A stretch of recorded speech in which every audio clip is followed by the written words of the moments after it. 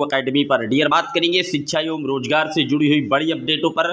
सबसे पहले बात करेंगे बीएड डीएड जो चयनित अभ्यर्थी हैं 69,000 शिक्षक भर्ती में ब्रिज कोर्स उनके लिए एक सिरदर्द बनता जा रहा है। साथ ही बात करेंगे आउटसोर्स कर्मचारियों के लिए नए आयोग के गठन को मंजूरी मिल सकती है।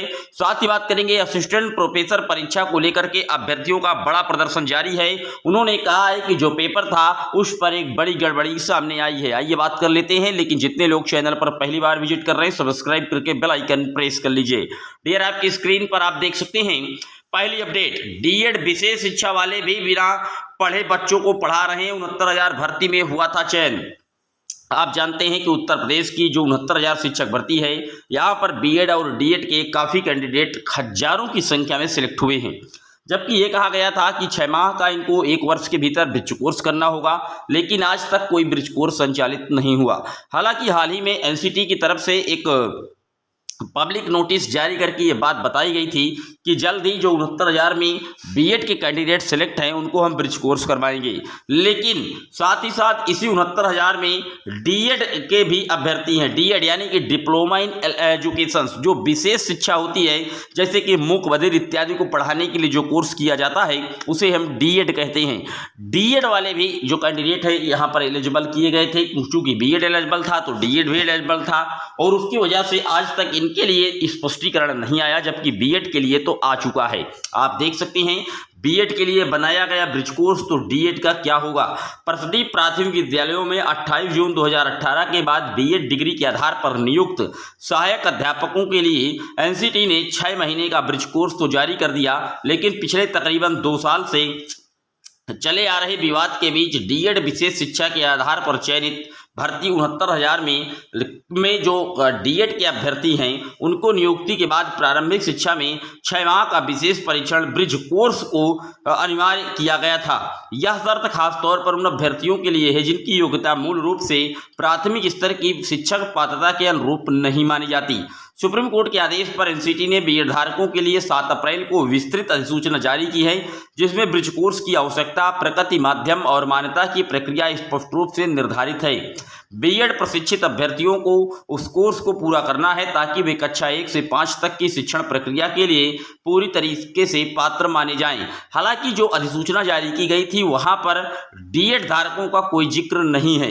यही नहीं, इतने समय में भारतीय पुनर्वास परिषद आरसीआई ने भी विशेष शिक्षा के डिप्लोमा धारकों के लिए ब्रिज कोर्स की कोई योजना स्पष्ट नहीं की। इस कारण डीएड विशेष शिक्षा की डिग्रियों के आधार पर अक्टूबर और दिसंबर 2020 को नियुक्त लगभग 3,000 शिक्षक असमंजस की स्थिति में हैं। तो आप देख सकते हैं बीएड कहीं ना कहीं जो ब्रिज कोर्स उसके लिए तो अलाउ किया गया, रूपरेखा तैयार की गई है एनसीटी की तरफ से, लेकिन डीएड के जो लगभग 3,000 कैंडिडेट 69,000 शिक्षक भर्ती उत्तर प्रदेश में चयनित हैं उनके लिए अभी भी असमंजस की स्थिति बनी हुई है।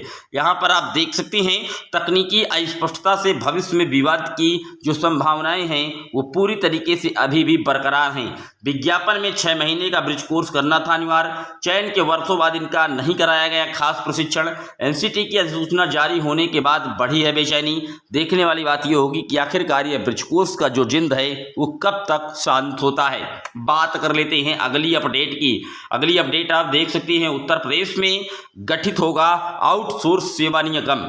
आउटसोर्स कार्मिकों की सेवा श्रम अधिकारों व पारिश्रमिक की सुरक्षा सुनिश्चित करने के लिए मुख्यमंत्री योगी आदित्यनाथ ने आउटसोर्स सेवा निगम के गठन का निर्देश दिया है। शुक्रवार को उच्च स्तरीय बैठक में मुख्यमंत्री ने निर्देश दिया कि प्रत्येक माह की 5 तारीख तक सभी कार्मिकों के बैंक खाते में पूरा पारिश्रमिक जमा हो जाए। ईपीएफ व ईएससी की राशि भी समय से जमा हो। तो आप देख सकते हैं कहीं ना कहीं जो आउटसोर्स सेवा निगम है ये बनाया जा रहा है ताकि जो आउटसोर्स कर्मचारी हैं उनको भी मेडिकल की सुविधा, मातृत्व अवकाश, दुर्घटना बीमा और पेंशन्स का भी लाभ मिले। तो आप देख सकते हैं एक बड़ी जो खुशखबरी है वो आउटसोर्स कर्मचारियों के लिए योगी सरकार की तरफ से दी जा रही है। डियर बात कर लेते हैं अगली अपडेट की।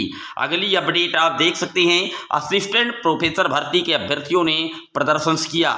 1 मई को आयोग पर बड़े प्रदर्शन का भी ऐलान कर दिया गया है। अब मामला क्या है, क्योंकि आप जानते हैं असिस्टेंट प्रोफेसर की जो परीक्षाएं हैं संपादित हो चुकी हैं, और यहां पर मैटर है असिस्टेंट प्रोफेसर भर्ती परीक्षा में आउट ऑफ सिलेबस प्रश्न देने के खिलाफ। चूंकि जो पेपर आया था वहां पर जो प्रश्न थे वह आउट ऑफ सिलेबस थे और इसको लेकर के अभ्यर्थियों ने उत्तर प्रदेश शिक्षा सेवा चयन आयोग पर प्रदर्शन किया। इसके बाद ज्ञापन सौंपा। इस दौरान अभ्यर्थियों ने असिस्टेंट प्रोफेसर की परीक्षा भर्ती रद्द करो, असिस्टेंट प्रोफेसर भर्ती परीक्षा में भ्रष्टाचार नहीं चलेगा, नकल माफियाओं के खिलाफ कड़ी कार्रवाई हो आदि नारे लगाए गए। 1 मई को आयोग पर बड़े प्रदर्शन का ऐलान किया गया है। इस अवसर पर प्रदेश सचिव सुनील मौर्य ने कहा कि एसटीएफ की ओर से नकल माफिया को पकड़े जाने का मामला सबके सामने है। इस अवसर पर मनीष कुमार आदि जो अभ्यर्थी थे वो उपस्थित रहे। फिलहाल देखने वाली बात ये होगी कि क्या जो आउट ऑफ सिलेबस प्रश्न थे उनको लेकर के आयोग पुनः भर्ती प्रक्रिया पर विचार करेगा या फिर नॉर्मलाइजेशंस को लेकर के उन प्रश्नों का जो विवाद है उनको ही समाप्त किया जाएगा। फिलहाल देखने वाली बात ये होगी कि आखिरकार इस पर आयोग अपना क्या निर्णय लेता है। यह था अपडेट, कैसा लगा कमेंट जरूर करिएगा। पहली बार आए सब्सक्राइब कर लीजिएगा। जय हिंद, वंदे मातरम।